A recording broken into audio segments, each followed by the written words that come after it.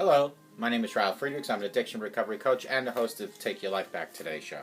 As an addiction recovery coach, I want to share this with you, and I want to be crystal clear to leave an everlasting impact upon you. Just imagine being buried alive.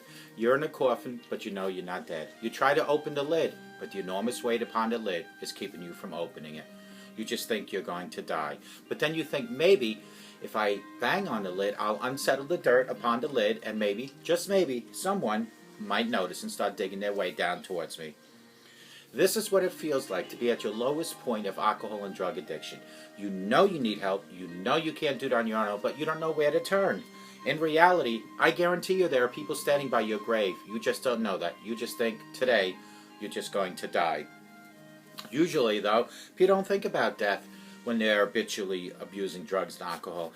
In order to feed an addiction, you have to be great at repressing the fear of death.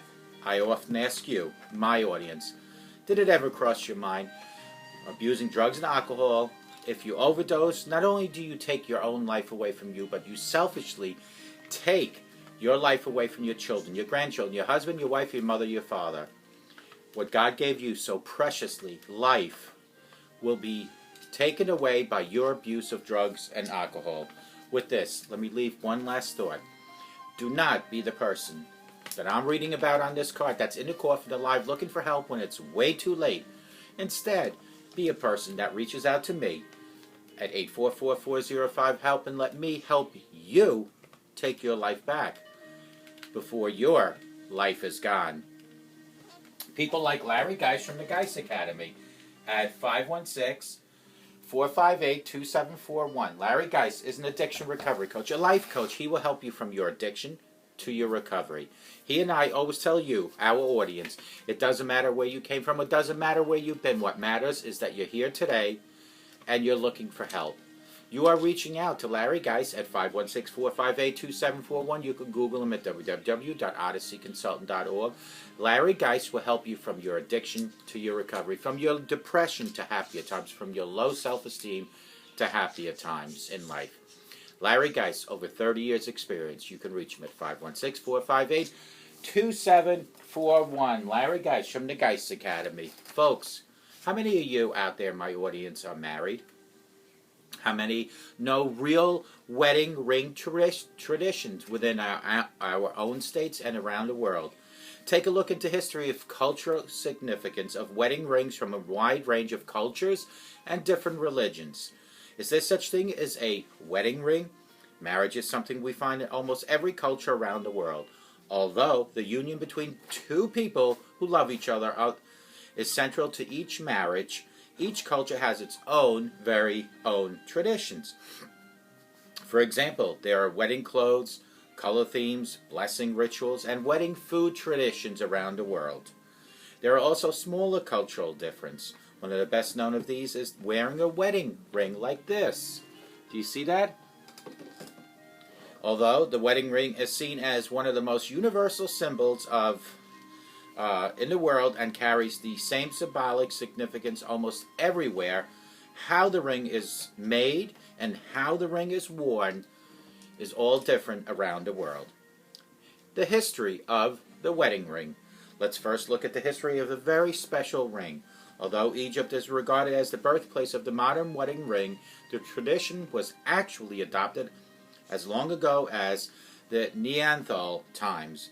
Neanderthals used to tie twigs, grass, and rushes around the bride's wrist or ankles and regarded this the only sign of loyalty and friendship, but also believed that by doing so, the wife's soul would remain intact and she would live longer. The Egyptians, several hundred years ago, the Egyptians began making rings from bone, leather, ivory, and hemp. Sometime later, they discovered the metal could also be used to make rings, and as such, it was known as ring money. When a woman received this ring, she would at all times have a claim on her husband's possessions. The Romans.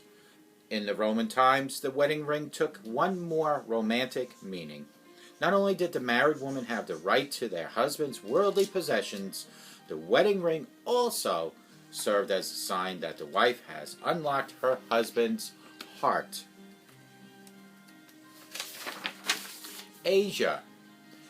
A somewhat less romantic significance was attached to the wedding rings in the early Asian world, where the wedding ring was regarded as the seal of a legal contract. The marriage was sealed with a puzzle wedding ring, which immediately fell apart when taken off. An unfaithful wife would be found at once if she took her wedding off because the puzzle fell apart. Over the years, the wedding ring developed even further into a ring that we know today. For example, in medieval times, rings were made almost exclusively of gold, and this period saw a more frequent addition of gemstones. Wedding ring for the husband. It was also in the 20th century that we saw the emergence of the wedding ring for men. Previously, only wives had worn wedding rings, but during World War II, wedding rings for men really caught on. The idea behind this was that men would carry their love with them in times when they weren't sure they would ever see their wives again. Although nowadays this idea no longer applies to the same extent, the majority of Western men still wear a wedding ring. In today's globalized world, you might be forgiven for thinking that we would adopt each other's traditions more and more, and consequently wedding rings would be worn the same way and symbolize the same things. Catholicism. Contrary to what we often see in films, the wedding ring is not always worn on the left hand. In several countries, the Catholicism dominant, people actually wear their wedding ring on their right hand. For example, Dutch Catholics wear the ring on their left hand, but Australian Catholics wear theirs on their right hand, and in Belgium it varies according to what region you live in.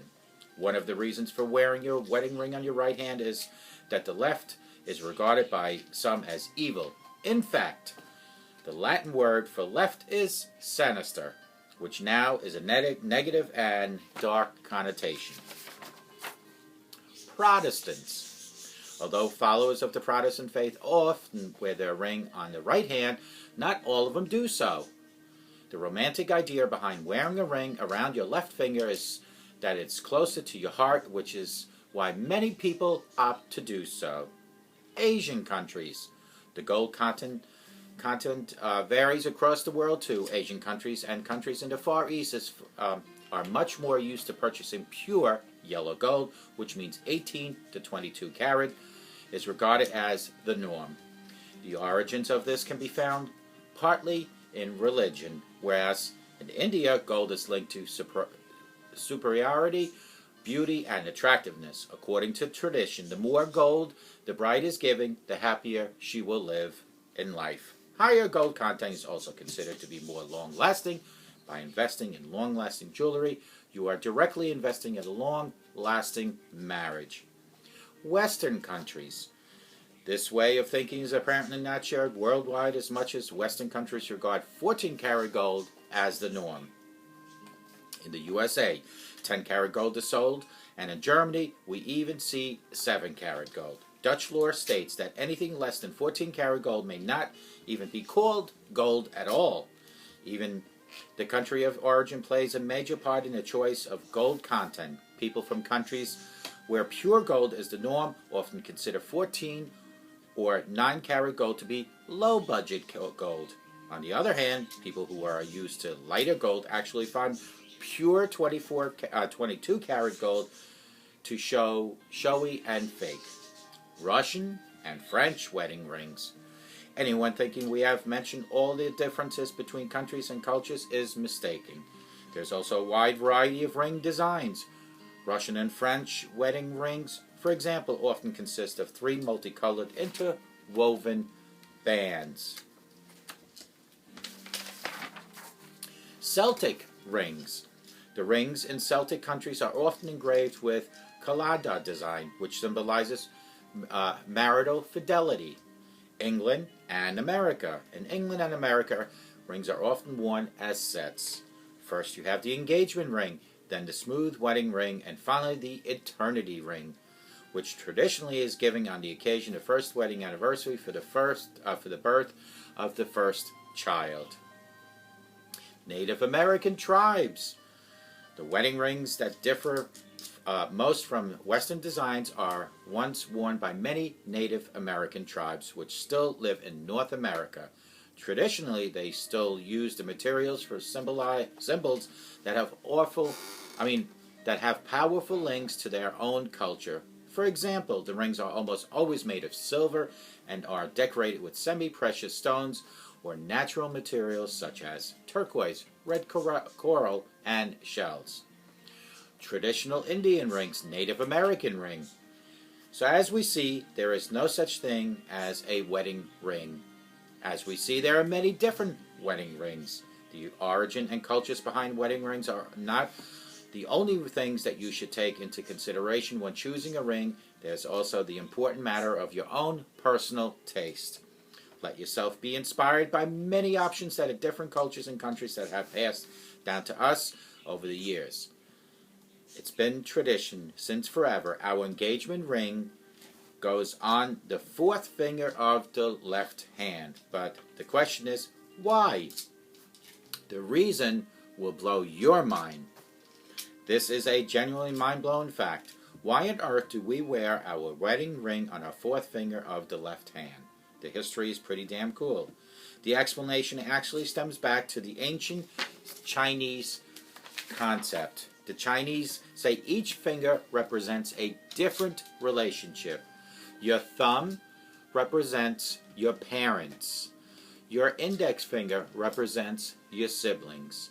Your middle finger represents yourself.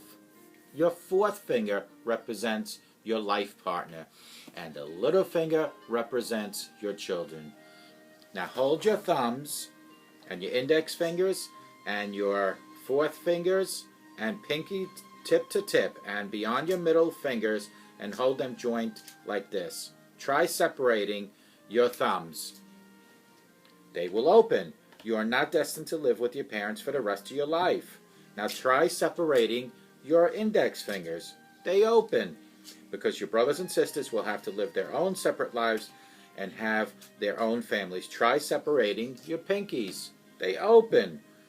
Because they will grow up, get married, and settle down on their own terms. Now try to separate your fourth fingers, which represent your spouse. You'll be surprised you cannot separate them, because the love of your life and you are meant to be together for the rest of your lives. Through thick and thin. And that's what we seem to forget, folks.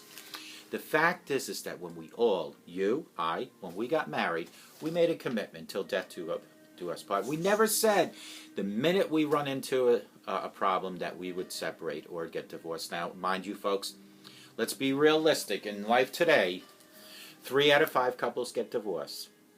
But we could bring those percentages down by trying a little harder. There's always a reason for people to get divorced, but some of the reasons that people utilize can be salvaged with a lot of work between husband and wife. Now, some reasons cannot. For example, adultery and cheating. That is something that is unforgiven. However, there is cases like people that have diseases of alcohol and drug addiction. Now, there is a certain extent where a person has to finally leave the spouse. But what we need to do is try as hard as we can till the last drop of strength is left in us that we cannot longer go on.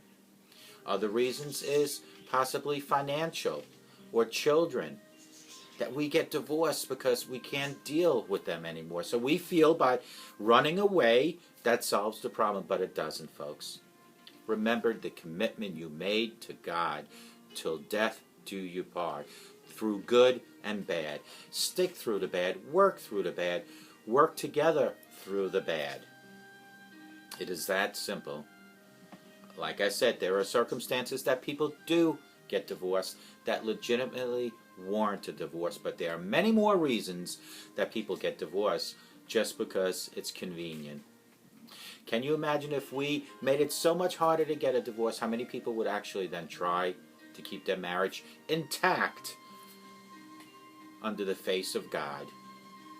The commitment you made aren't just merely words. It is a commitment that you, your wife, or your husband vowed to God. Thank God we have a forgiving God that will forgive no matter what you do. The problem is too many people take advantage of that. I challenge each and every one that has some sort of marital issue out in my audience to try, give it 150% to save your marriage. It's not just healthier for you or your spouse. It's healthier for your children. And it is so much appreciated by God, because for the commitments that you folks made, show God that you will follow through.